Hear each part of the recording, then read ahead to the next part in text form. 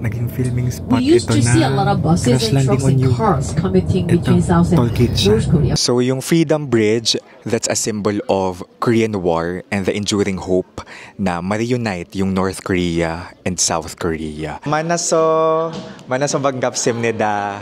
Annyeonghaseyo.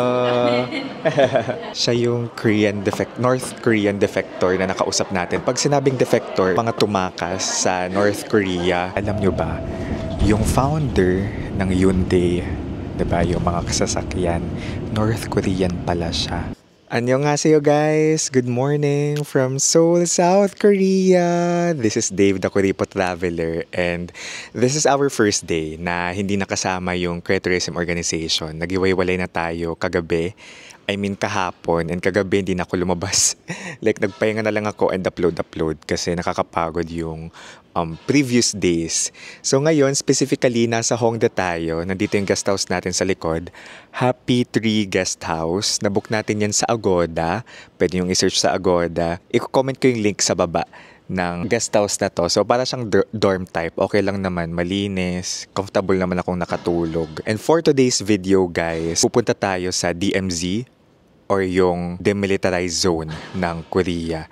So that's one of the heavily fortified demilitarized zones in the world. So nabook natin to sa Klook. Comment ko sa baba yung link. If you will travel in the Philippines, Korea, or anywhere else in the world, you can book your travel items, tours, hotels on Klook and use my promo code DAVEGINUKLOOK for discount. You can also book your hotels on Agoda and use my promo code DAVEAGODA, capital letters yan na, for 10% off on hotels. For activities naman on Agoda, you can use my promo code KURIPOTAGODA for 5% off on activities. Iko-comment ko yung links na mga pwede ninyong mabook sa comment section.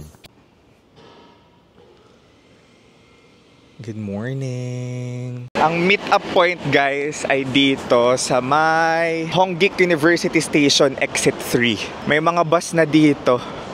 Nandito na tayo sa bus guys. Hindi naman puno pero dami tayo today. Mga puti. Hongdae area. So dito yung sundo natin. Okay? 8 AM yung meet-up guys. Tapos umalis tayo ng 8:06. Binigyan tayo ng ID. Malapit na tayo sa first stop natin.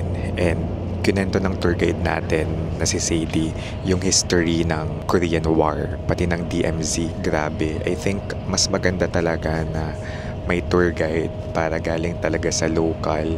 Yung kwento, diba? Their POV. So yung Korean War, it started after their liberation ng Korea from Japan. Kasi diba, nasakop yung Korea ng Japan, just like the Philippines, and they were freed in 1940s.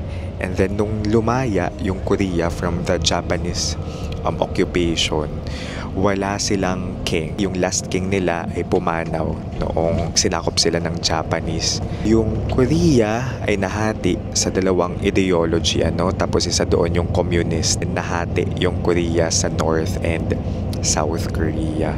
Nag-start yung war noong 1950s. Because of this clashing ideologies, currently actually they're still technically in war. Nag-sign sila ng ceasefire agreement and not a peace treaty, just to halt but not completely stop the war. Kaya ngayon yung mga Korean boys ay nag-undergo sa military kasi they're still technically in war, yung North Korea and South Korea. Dito na tayo sa Imjinggak Park guys. Ito yung first stop.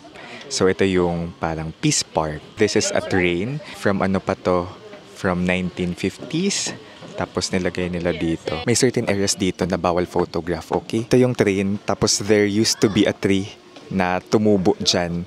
So tinanggal nila yung train mula sa tree, and ayun yung tree. Very strict sila dito in terms of photographs, videos, kasi yung mga military areas bawal picturean. I-respect natin yon. Yan yung tinatawag na Freedom Bridge guys. Hindi na yung ginagamit ngayon. People from North Korea used to cross that bridge. Comfort women guys.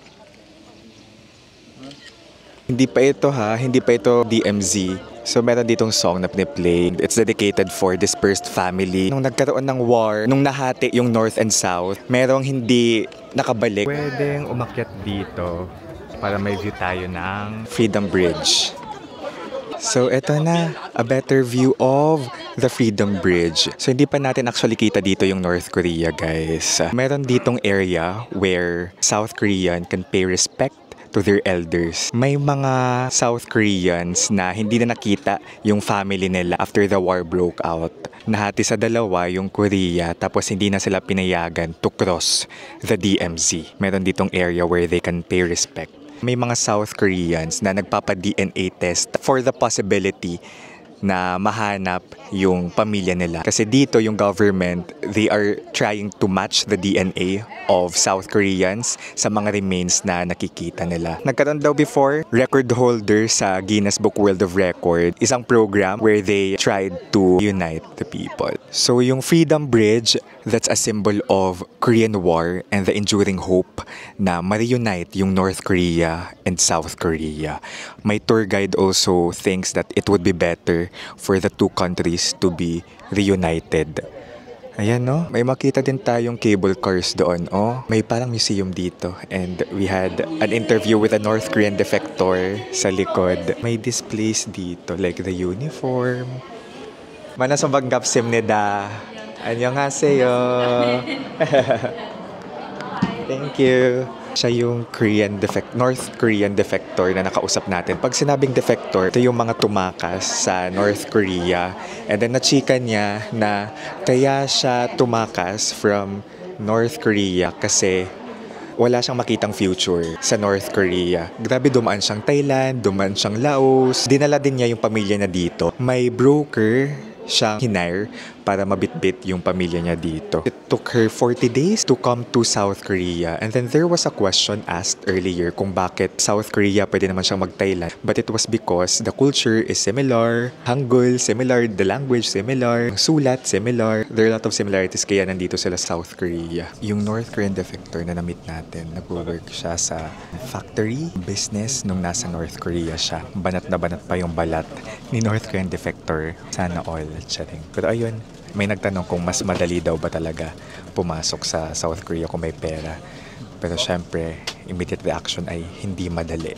Okay, walang madali sa pagtakas. It's a very unique experience. Amusement park. Why do we have this amusement park? It's for kids.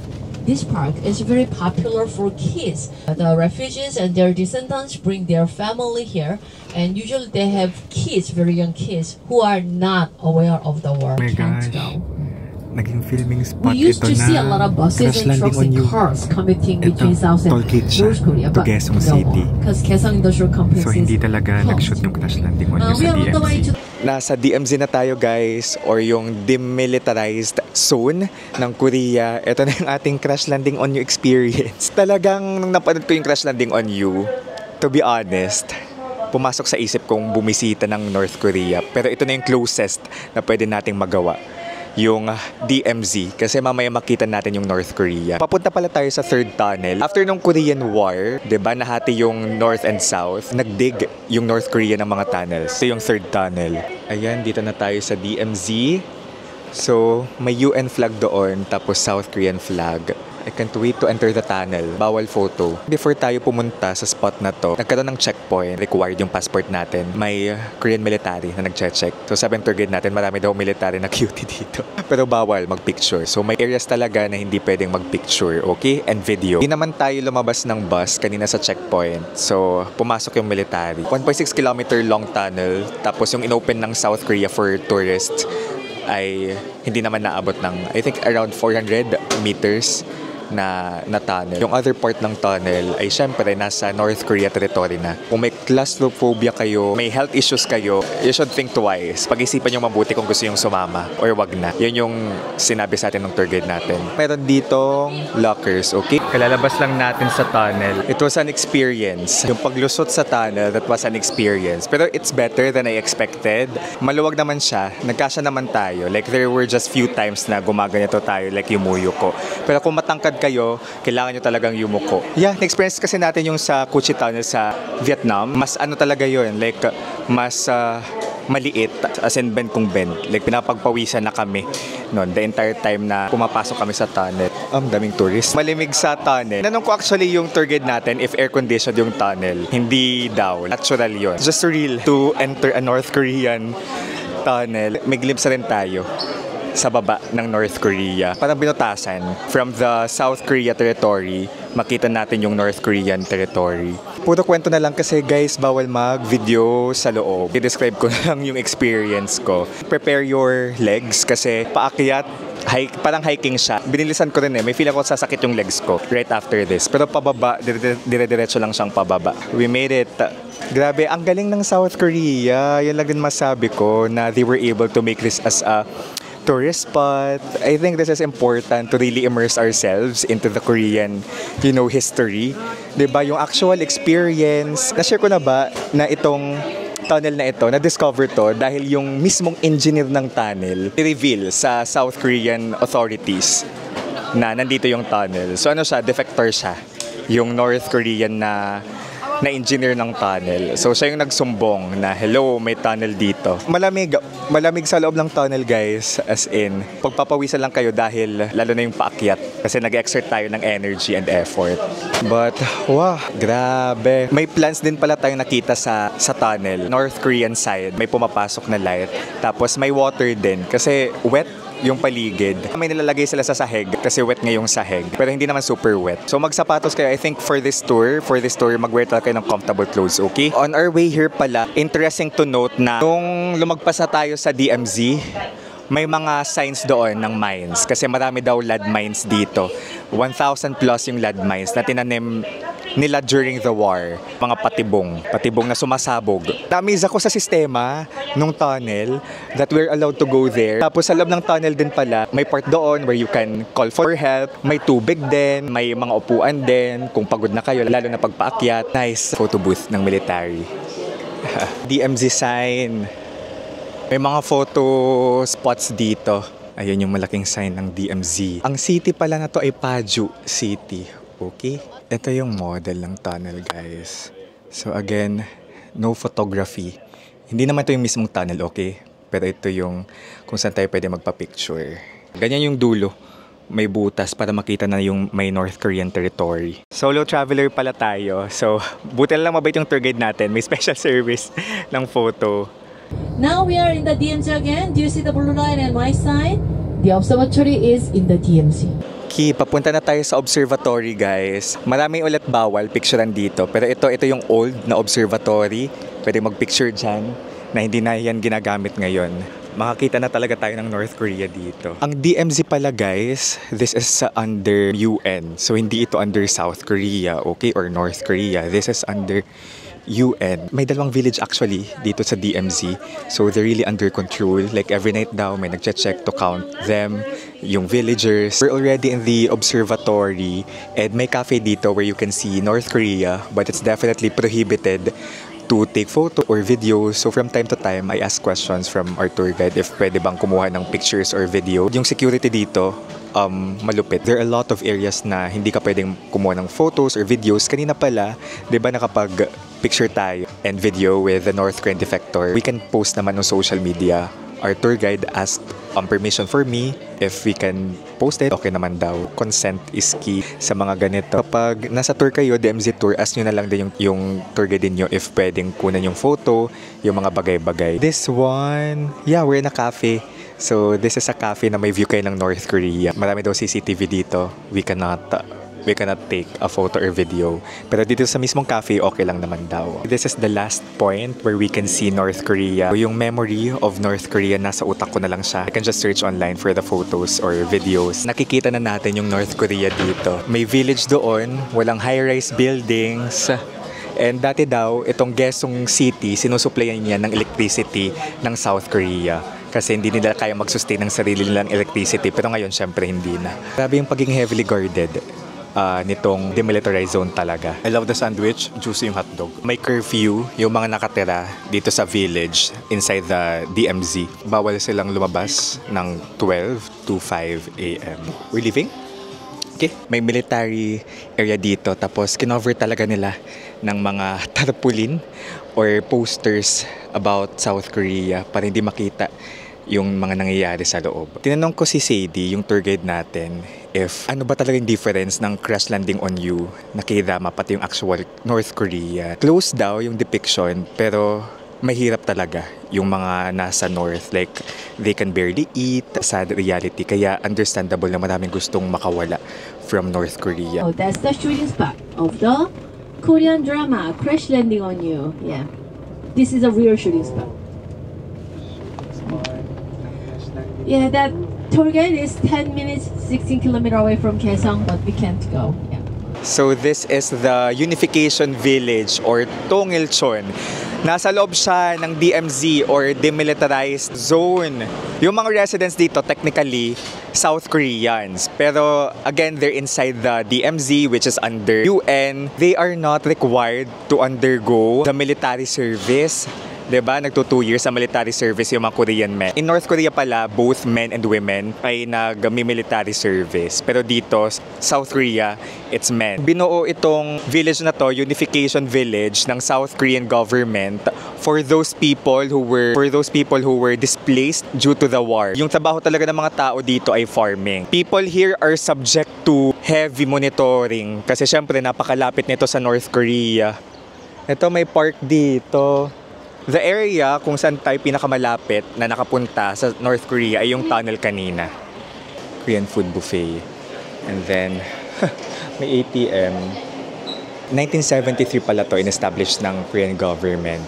Meron ditong grocery, oh. Inside DMZ. Ito yung mga produkto dito sa DMZ. Sabi ng tour guide natin, mas masarap daw yung ginseng dito. Yeah, kesa sa mga makikita natin sa Myeongdong. Oh, ayun. Yung mga ginseng. DMZ Red Ginseng. May free taste dito, guys. Makgoli.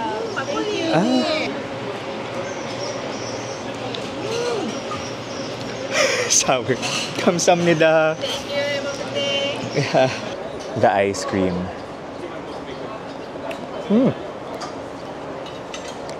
Sarap. Refreshing. Hindi naman super init yung yung nanonood, yung init ngayon. Sakto lang. Hindi siya as mainit as I expected. May tinatawag din pala ditong JSA, pero bawal na puntahan yan. Kasi may Amerikanong pumasok dyan, tapos tumiretso sa North Korea. Dahil may nagawa siyang violation sa military. So, nung pagpunta ng North Korea, nakulong siya doon. And dineport din eventually sa US. And then napalaya naman daw siya recently, sabi ng tour guide natin. Yun, wag kayong pasaway kapag pupunta kayo dito sa DMZ, okay? Umalis na tayo guys sa DMZ or sa Demilitarized Zone. Then papunta na tayo sa Gamaksan Bridge. Kapag papasok kayo sa DMZ, merong blue na linya. So that marks the entrance of DMZ. May tinatawag din na Unification Bridge. May interesting story pala about Unification Bridge. It is also called the Cow Bridge. Kasi alam nyo ba, yung founder ng Hyundai, diba, yung masasakyan, North Korean pala siya. He was born 1915.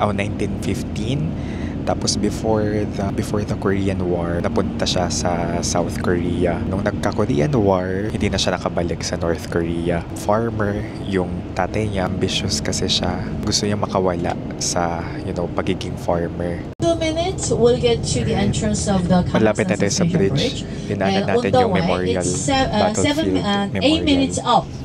Yeah. Continue ko yung chika ko about the founder of Hyundai. Ambitious siya talaga. Ayaw niya magpatali doon sa North Korea before the war. Gusto niyang yumaman. So nagpunta siya sa South Korea area. Ninakaw niya yung cow ng pamilya niya para magamit ito sa pagsa-start ng business in South Korea, which has become really successful. Of course, hindi na siya nakauwi sa North Korea. Naabutan na siya, diba, ng war. He felt bad for his family.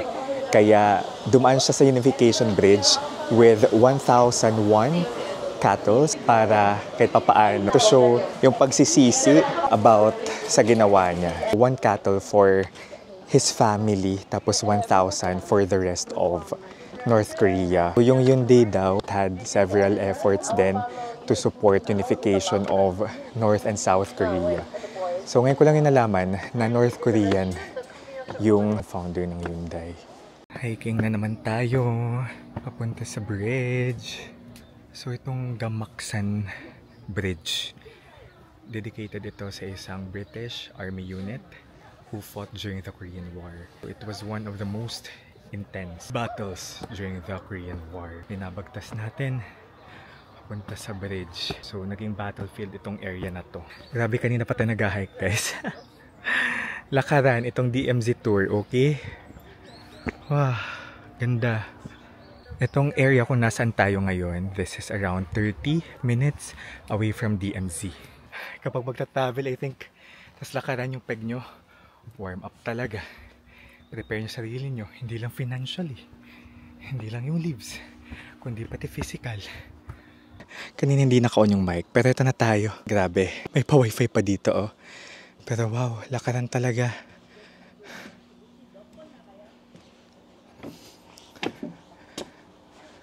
Ito na yung bridge. Ang ganda. Look. Wow. What a way to end the DMZ tour. Tinuturo pa tayo dun sa taas, 250 meters, may something pa. Oh, ito na yung dulo. Parang may kinukonstruct ding ano dyan, bridge. Wala na palang makita dyan. Let's go. Ang ganda.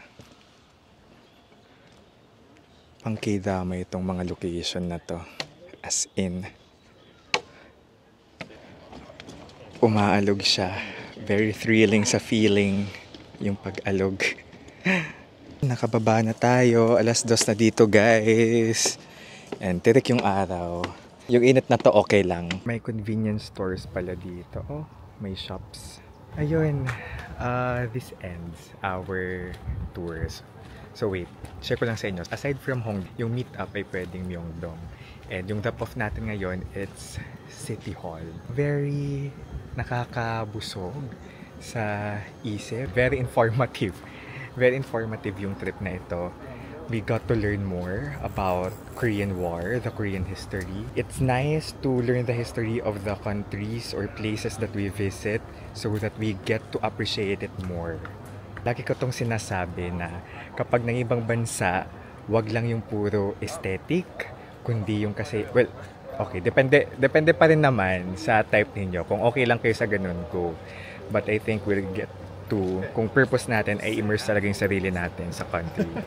Let's know the history. Ang unique na experience nung nakakausap tayo ng North Korean defector. It's not everyday. It was my first time to speak to a North Korean defector. Lumusot sa tunnel, nakita yung North Korea, nakita lang natin sa documentaries or vlogs. So it's really a very unique experience yung mag-DMZ. Again, prepare lang kayo yung mga tuhod ninyo, okay? It's something that I'd recommend. I-book nyo to sa Klook, comment ko yung link sa baba. And don't forget to use my promo code, DaveKinoClook, para maka-discount kayo. So here from, nasan tayo ngayon? Gamhaksan, Paju. Paju na lang. Ito yung city.